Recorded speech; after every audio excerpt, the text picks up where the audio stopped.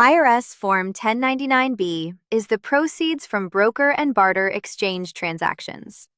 Your broker or barter exchange sends this form to you and to the IRS each year, reporting proceeds you received from selling stocks, bonds, mutual funds, or other securities. You use the information from Form 1099-B to complete Schedule D and Form 8949 when filing your federal income tax return. The top of Form 1099-B identifies the payer, which is typically your brokerage firm.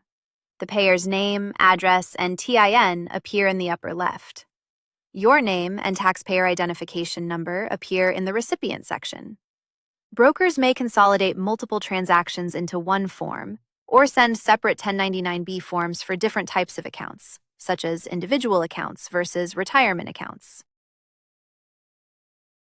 Each transaction block shows the description of the property sold, the date acquired, date sold, gross proceeds, cost or other basis, any wash sale loss disallowed, and the net gain or loss.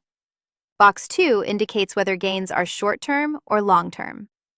Covered securities, where the broker tracks your basis, are reported with a cost basis in Box 1E.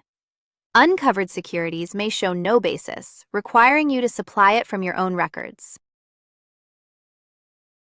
Transfer the totals from Form 1099-B to Form 8949, grouping transactions by short-term covered, short-term uncovered, long-term covered, and long-term uncovered.